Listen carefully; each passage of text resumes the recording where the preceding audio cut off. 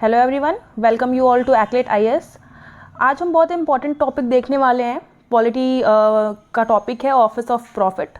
बहुत ही इम्पॉर्टेंट है और ये करंट अफेयर से भी जो है काफ़ी रिलेटेड है, क्योंकि रिसेंटली अभी क्या हुआ है कि झारखंड के जो चीफ मिनिस्टर हैं उनके ऊपर ये उन्हें एक्यूज़ किया गया है for वॉलेटिंग of section 9 of peoples representation act of 1951। अब ये हुआ क्या है, एक्चुअली क्या है कि माइनिंग की लीज थी। तो बेसिकली अगर आप देखो तो जो माइनिंग्स होती हैं, जितनी भी माइनिंग्स होती हैं, तो जो उनका लेजिस्लेटिव वर्क है वो सीएम करता है। और यहाँ पर जो झारखंड के सीएम थे उन्होंने क्या किया था कि जो एग्जीक्यूटिव वर्क है, जो माइनिंग में चीज़ें करनी है उसको जो एग्जीक्यूट करना है कि माइनिंग होगी, उसके जो टेंडर था उसी को अपने नाम कर लिया था। तो यहाँ पर हुआ कुछ यूँ कि जब ये चीज़ पता चली तो जो झारखंड के जो सीएम थे उन्होंने क्या किया था कि जो माइनिंग का टेंडर था, जो कि बिल्कुल ही प्रोहिबिटेड है, बहुत सारे ऐसे सुप्रीम कोर्ट के ऑर्डर्स आ चुके हैं जिसके अंदर सुप्रीम कोर्ट ने कहा है कि कोई भी एमपी एमएलए या फिर सीएम है किसी भी स्टेट का, या फिर तो वो कोई भी ऐसा काम जो है जैसे माइनिंग हुई लीज की, वो सब चीज़ों का एग्जीक्यूटिव वर्क अपने अंडर नहीं ले सकता है just because he is a minister. इस बेसिस पे अगर हम देखें तो उन्होंने बेसिकली किया क्या था कि एक तो ये होता है कि गवर्नमेंट टेंडर निकालती है, ठीक है। तो गवर्नमेंट का काम है टेंडर निकालना, और वो किसी प्राइवेट पार्टी या फिर किसी को भी देगी जो भी टेंडर निकालेगी, फिर जो उसमें शॉर्ट लिस्ट होता है फिर उसके पास टेंडर जाता है उस प्रॉपर एग्जीक्यूशन के लिए। यहाँ पर सीएम ऑफ झारखंड ने क्या किया था कि टेंडर तो निकाला ही निकाला, साथ में जो टेंडर निकालने के बाद जो थर्ड पार्टी का सेकेंड पार्टी का काम है उसको भी अपने अंडरटेक ले लिया कि भाई जो एग्जीक्यूशन है, जो टेंडर है ना, जो गवर्नमेंट ने निकाला उस टेंडर को ही उन्होंने अपने नाम कर लिया, अपने नाम पे कर लिया।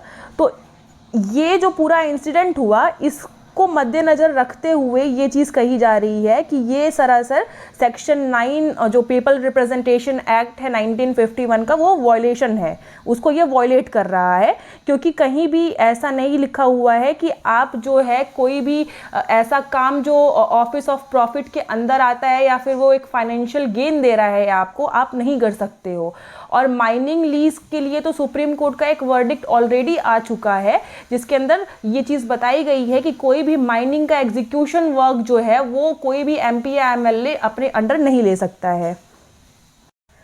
अब कौन सा वो केस था, बेसिकली यहाँ पर एक कॉन्स्टिट्यूशनल बेंच थी जो सुप्रीम कोर्ट की, उसने 1964 में जो है,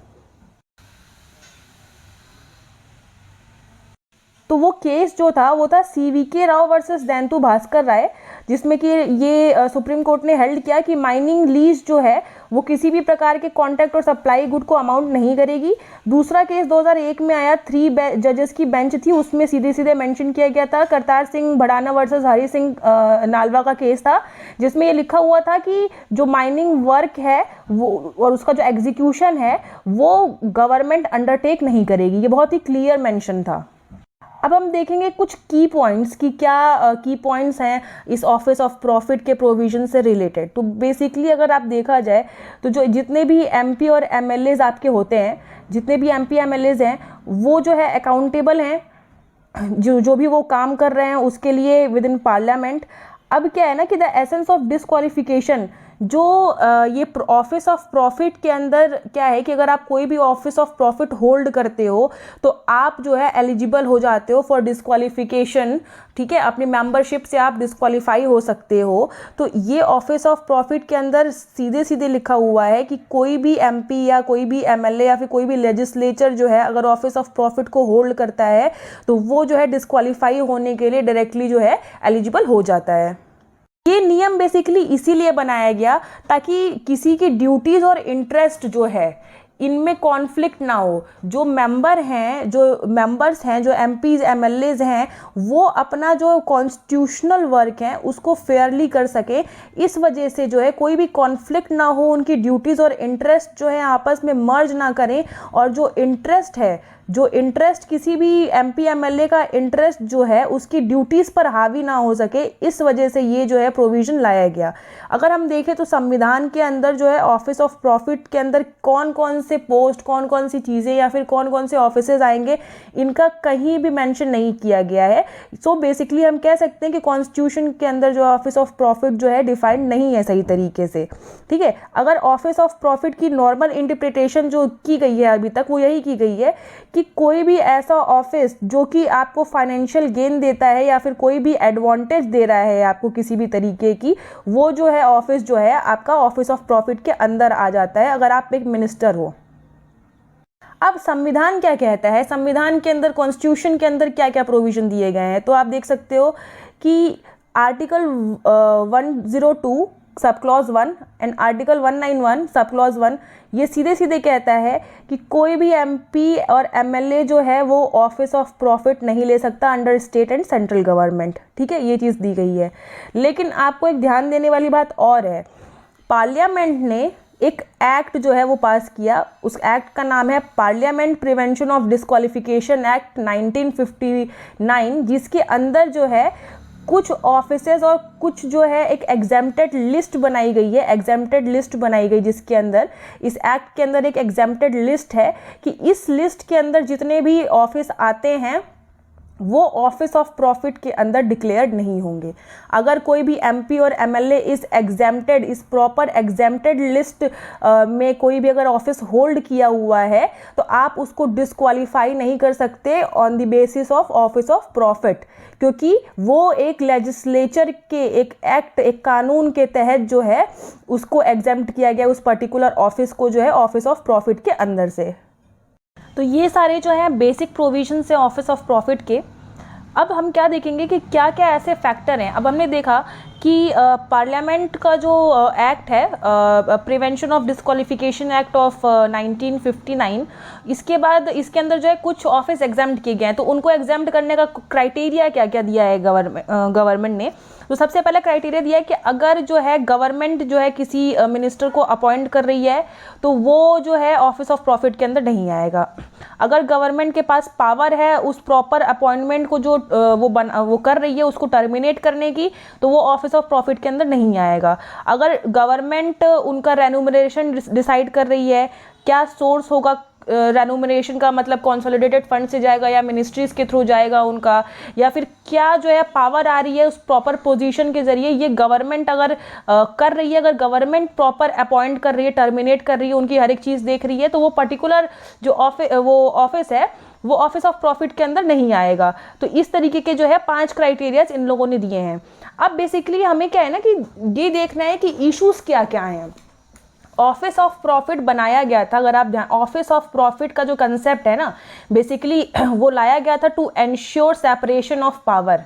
सेपरेशन ऑफ पावर को एंश्योर करने के लिए ये ऑफिस ऑफ प्रॉफिट बनाया गया था। पहले भी मैंने बताया कि किसी के इंटरेस्ट और ड्यूटीज़ में कॉन्फ्लिक्ट ना हो और सेपरेशन ऑफ पावर ये दोनों मेंटेन रहें, इस वजह से जो है ऑफिस ऑफ प्रॉफिट का जो है वो कंसेप्ट लाया गया था। हमारे संविधान में दिया हुआ है अंडर आर्टिकल 102 एंड 191। तो ये चीज़ हमें ध्यान में रखनी है। अब देखो क्या है ना कि बहुत सारे रीज़न है, ये ऑफिस ऑफ जो प्रॉफिट है ना, ये काफ़ी मतलब एक कॉन्ट्रोवर्शियल वो इशू है। इससे रिलेटेड काफ़ी सारी चीज़ें मतलब क्रिटिक्स भी कहते हैं कि नहीं, इसमें प्रॉब्लम है क्योंकि ये प्रॉपर डिफाइंड नहीं है कॉन्स्टिट्यूशन में अपने। और सबसे बड़ी चीज़ कि जो ये पार्लियामेंट का एक्ट है, प्रिवेंशन ऑफ डिस्क्वालिफिकेशन एक्ट 1959, तो उस एक्ट के ज़रिए जो है बहुत सारे जो पोस्ट हैं वो लगातार जो गवर्नमेंट है वो एग्जाम्शन के अंदर लाई जा रही है। काफ़ी सारी ऐसी मिनिस्ट्रीज़ की पोस्ट क्रिएट की जा रही हैं, जैसे पार्लियामेंट्री सेक्रेटरी की पोस्ट होती है। जितने भी पार्लियामेंट्री सेक्रेटरीज़ की पोस्ट क्रिएट करके उसे एग्जाम्प्ट कर दिया जा रहा है अंडर ऑफिस ऑफ प्रॉफिट। इस एक्ट का काफ़ी कह सकते हैं कि एक्सेस फ़ायदा भी उठाया जा रहा है। इससे क्या हो रहा है, इन सब चीज़ों की वजह से कि जो MPs MLAs की अकाउंटेबिलिटी है वो डिक्रीज हो रही है। ठीक है, और ये कहीं ना कहीं इनडायरेक्टली वॉयलेशन है 91st अमेंडमेंट का, जो ये कहता है कि 15% लोग इस काउंसिल ऑफ मिनिस्ट्री में रह सकते हैं, इंक्लूडिंग सीएम और पीएम, अगर स्टेट और सेंट्रल में लिया जाए। लेकिन ये जो काफ़ी सारे और ऑफिसेज बना दिए जा रहे हैं, तो इससे क्या हो रहा है कि अब कोई बंदा है, उसको पार्लियामेंट्री सेक्रेटरी अपॉइंट कर दिया गया। आप मान लो 15% की जो 91st अमेंडमेंट में है, अच्छा चलो इस तरीके से तो आप फुलफिल कर रहे हो, बट ये जो एक्स्ट्रा पोस्ट क्रिएट करके आप अपने बंदों को वहां पे पोस्ट अपॉइंट कर रहे हो, वो भी तो आप ही के मेंबर हैं जो कि काउंट किए जाएंगे। तो इस तरीके से अगर हम देखें तो ये 91st अमेंडमेंट एक्ट का वॉयलेशन भी है। ठीक है, अगर कोलकाता हाई कोर्ट ने कहा था कि जो कुछ पोस्ट नागालैंड में और ये पार्लियामेंट्री सेक्रेटरीज की 26 पोस्ट हैं, अगर हम देखें एक एग्जांपल ले तो नागालैंड का जो लेजिस्लेचर है उसमें 26 जो है सेक्रेटरी की, पार्लियामेंट्री सेक्रेटरी की पोस्ट है। इसी पे कोलकाता हाई कोर्ट ने इन्हीं सब चीज़ों को देखते हुए कहा कि ये सब जो पोस्ट है ये सिमिलर है ऑफिस ऑफ प्रॉफिट के, ऐसा कुछ नहीं है कि आप जो इससे एग्जेम्प्ट कर रहे हो। बस दिक्कत क्या है कि ये जो एक्ट बन गया है 1959 का, उसकी वजह से इन सब ऑफिस को जो है एग्जेम्पशन लिस्ट में डाल दिया गया है।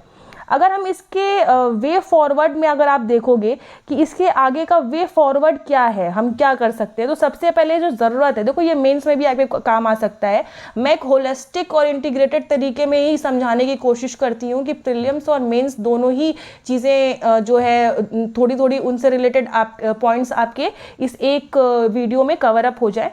तो सबसे पहला जो हम काम कर सकते हैं वो ये है कि हमें सबसे पहले ऑफिस ऑफ प्रॉफिट को प्रॉपरली डिफाइन करना होगा, एक प्रॉपर लॉ पास करना होगा जो ऑफिस ऑफ प्रॉफिट को लीगली बैक करे।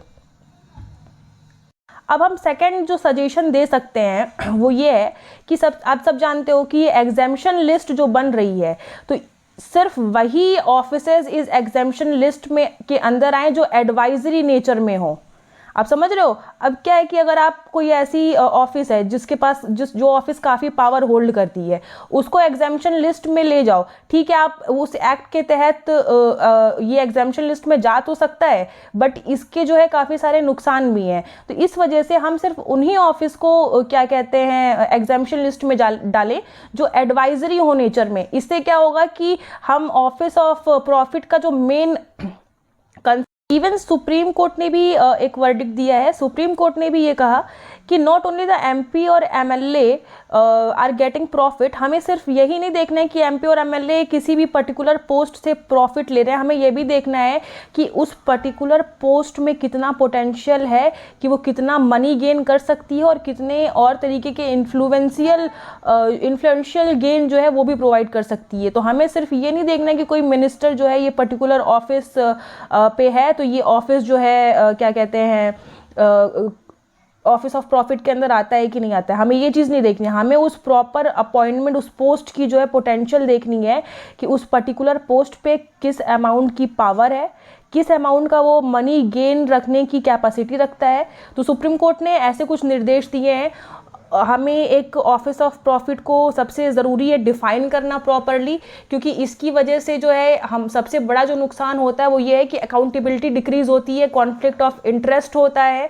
तो ये सारी चीज़ें हैं। So this is for all office of profit. Hope you like the video and please like, share and subscribe my channel. Thank you so much.